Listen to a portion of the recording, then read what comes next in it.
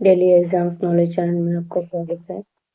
आज 7 फरवरी के current affairs हम यहाँ पर पढ़ेंगे और इम्पोर्टेंट क्वेश्चंस डिस्कस करेंगे। चलिए वीडियो स्टार्ट करते हैं। Recently who interacted with a record 45 million participants in परीक्षा पे चर्चा। हाल ही में परीक्षा पे चर्चा में रिकॉर्ड 4.5 करोड़ प्रतिभागियों से बातचीत किसने की? प्रधानमंत्री नरेंद्र मोदी ने। नई दिल्ली में भारत मंडपम में आयोजित परीक्षा पे चर्चा में के 9वें संस्करण में रिकॉर्ड 4.5 करोड़ से अधिक छात्रों, शिक्षकों और अभिभावकों ने प्रधानमंत्री नरेंद्र मोदी से बातचीत की। ये संवाद परीक्षा के तनाव को कम करने और मानसिक स्वास्थ्य को बढ़ावा देने पर केंद्रित था। The RBI MPC has increased the unsecured loan limit for micro and small business from 10 lakh to how many lakh? RBI monetary policy committee ने माइक्रो और स्मॉल बिजनेस के लिए बिना गारंटी वाले लोन को 10 लाख से बढ़ाकर कितने लाख कर दिया है? तो ये कर दिए उन्होंने 20 lakh. Reserve bank of India ने माइक्रो और स्मॉल एंटरप्राइजेज के लिए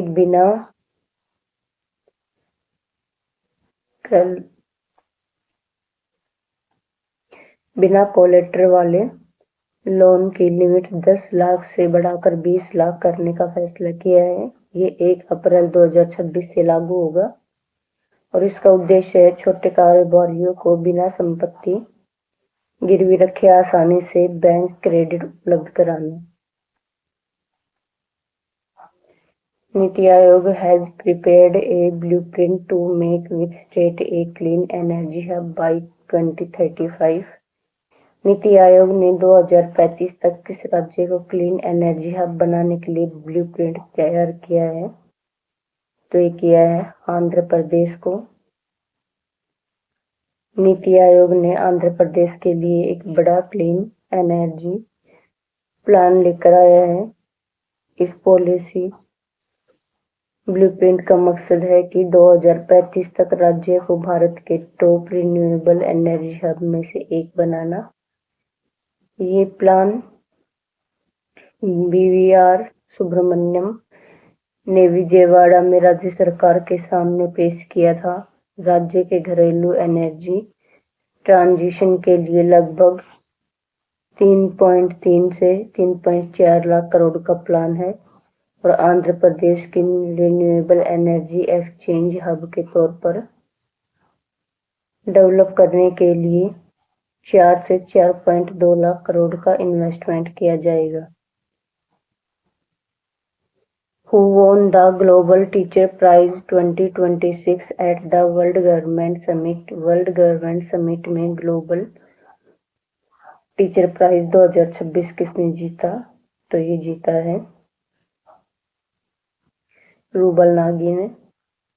भारतीय टीचर और एक्टिविस्ट रूबल नागी ने $1 मिलियन का ग्लोबल टीचर प्राइज जीता है। ये अवार्ड दुबई के वर्ल्ड गवर्नमेंट समिट में सैकड़ों लर्निंग सेंटर बनाने और उनके काम के लिए दिया गया है। ये अवार्ड जेम्स एजुकेशन ने दिया है और इस समिट के दौरान शेख हमदान बिन मोहम्मद बिन राशिद अल मक्तूम ने इसे दिया है।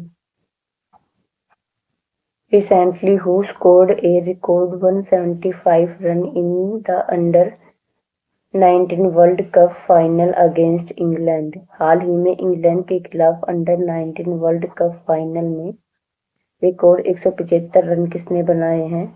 तो ये बनाए हैं वैभव सूर्यवंशी ने। 6 फरवरी 2026 को Under-19 वर्ल्ड कप के फाइनल में इंग्लैंड के खिलाफ रिकॉर्ड 175 रन भारत के वैभव सूर्यवंशी ने बनाए हैं। इस पारी में 15 चौके और 15 छक्के भी शामिल थे। उनका स्ट्राइक रेट 218.75 था। Recently, Airbus opened a center of excellence in which coastal state? हाल ही में एयरबस ने किस तटीय राज्य में सेंटर ऑफ एक्सीलेंस खोला है? तो ये खोला है गुजरात में। एयरबस ने गुजरात के वडोदरा में गति शक्ति विश्वविद्यालय में अपना नया सेंटर ऑफ एक्सीलेंस खोला है। मुख्य फोकस कचरे से टिकाऊ विमान में ईंधन विकसित करना है। ये अत्याधुनिक केंद्र भारत में एयरस्पेस अनुसंधान, नवाचार और कुशल कार्यबल तैयार करने के लिए स्थापित किया गया है। Who signed the three-way agreement to create the Frontier Nagaland Territorial Authority? Frontier Nagaland territorial authority बनाने के लिए 3 तरफा समझौते पर किसने साइन किए?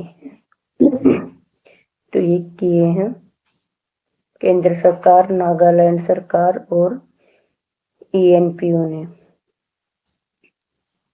केंद्र सरकार ने फ्रंटियर नागालैंड टेरिटोरियल अथॉरिटी बनाने के लिए नागालैंड सरकार और NPO के साथ एक 3 तरफा समझौते पर साइन किए हैं।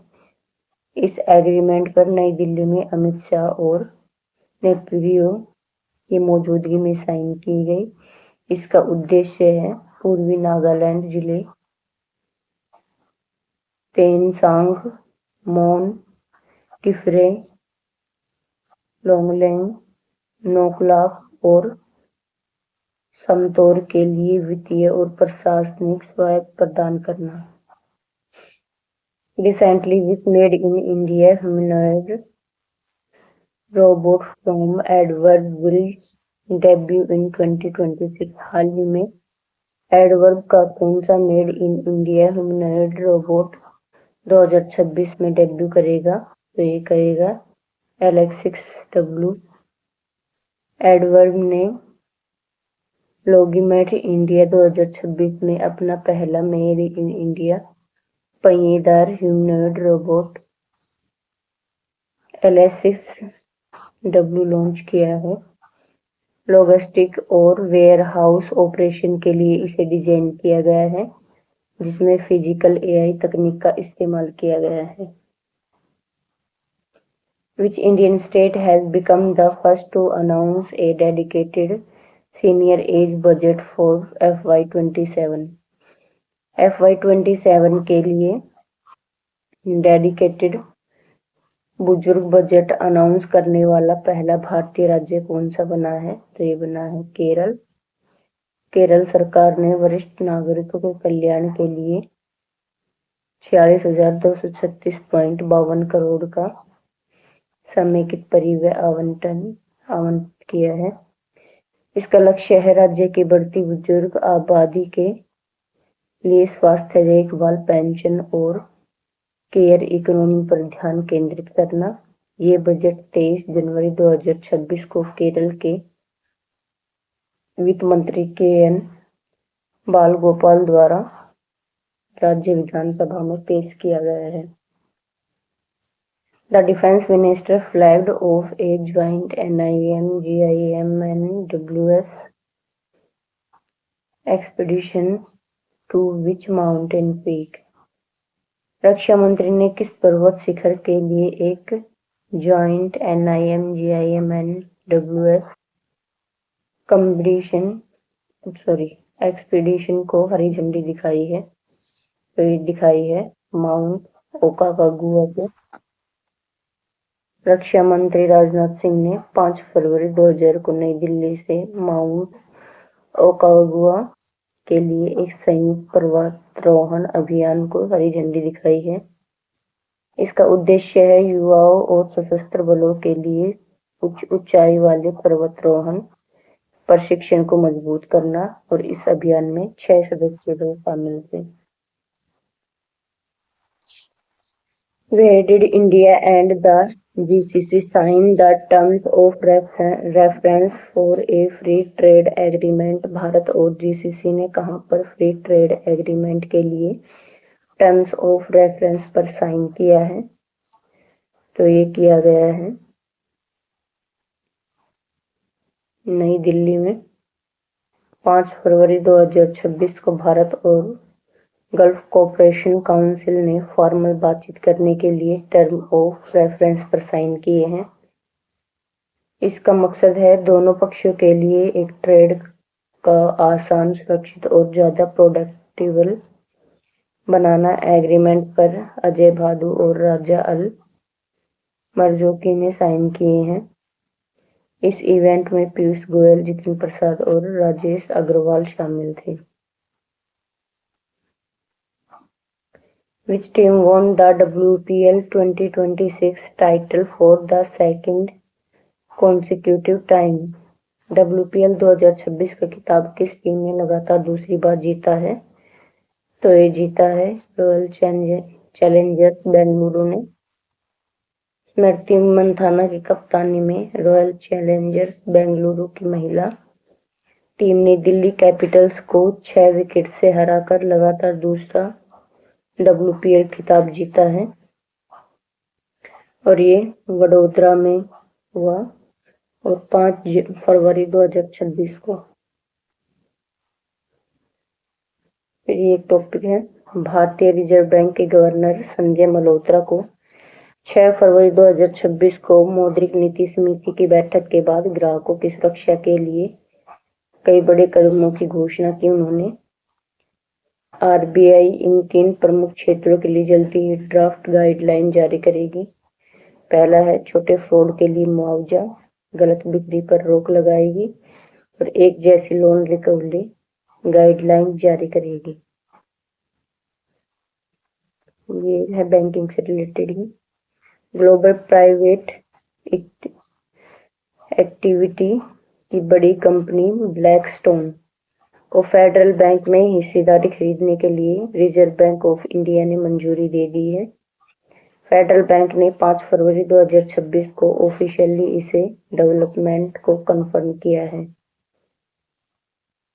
फेडरल बैंक, इसका मुख्यालय है आलुवा, कोच्चि, केरल में। इसके MD और CEO हैं KVS मैनियन। इसका पहले नाम था त्रावणकोर फेडरल बैंक लिमिटेड। इसका नाम बदला गया 1947 में फेडरल बैंक लिमिटेड कर दिया गया है। इसके संस्थापक हैं KP हार्मिस और इन्हें बैंकिंग लाइसेंस मिला था 11 जुलाई 1969 को। ब्लैकस्टोन ये एक पब्लिक कंपनी है और इसका traded as BX S&P 500 component. ये इंडस्ट्री, फाइनेंशियल सर्विसेज और इसका फाउंडेशन ये 1885 में पीटर G पीटरसन और स्टीफन A साउथमैन द्वारा रखा गया था। इसका हेडक्वार्टर है 345 पार्क एवेन्यू, न्यूयॉर्क सिटी में, US में। ब्लैकस्टोन कंपनी ने अपनी सहयोगी कंपनी एशिया 2 टॉपको X13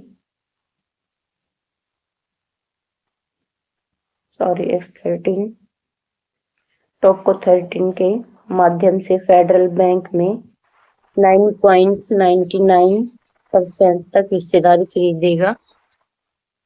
ये निवेश प्रोफेशनल वारंट के जरिए किया जाएगा। इसकी कुल वैल्यू लगभग 6,196.51 करोड़ है। Global private equity firm Blackstone ये निवेश अपनी सहायक कंपनी एशिया 2 और टॉपको 13 प्राइवेट लिमिटेड के माध्यम से करेगा। ब्लैकस्टोन बैंक में एक सबसे बड़ा शेयर होल्डर बन जाएगा इसके बाद और आरबीआई से पहले दिसंबर 2025 में भारतीय प्रतिस्पर्धा आयोग ने भी इस प्रस्ताव को मंजूरी दे दी थी। Recently, when was the International Day of Zero Tolerance celebrated? हाल ही में जीरो टॉलरेंस का इंटरनेशनल डे कब मनाया गया? तो ये मनाया गया 6 फरवरी को। International day of zero tolerance for female genital mutilation हर साल 6 फरवरी को मनाया जाता है। इसकी थीम है 2030 की ओर लगातार कमिटमेंट और इन्वेस्टमेंट के बिना एफजीएम का अंत नहीं है। दुनिया भर में लड़कियों के अधिकार की रक्षा के लिए की तुरंत जरूरत पर ये जोर देता है।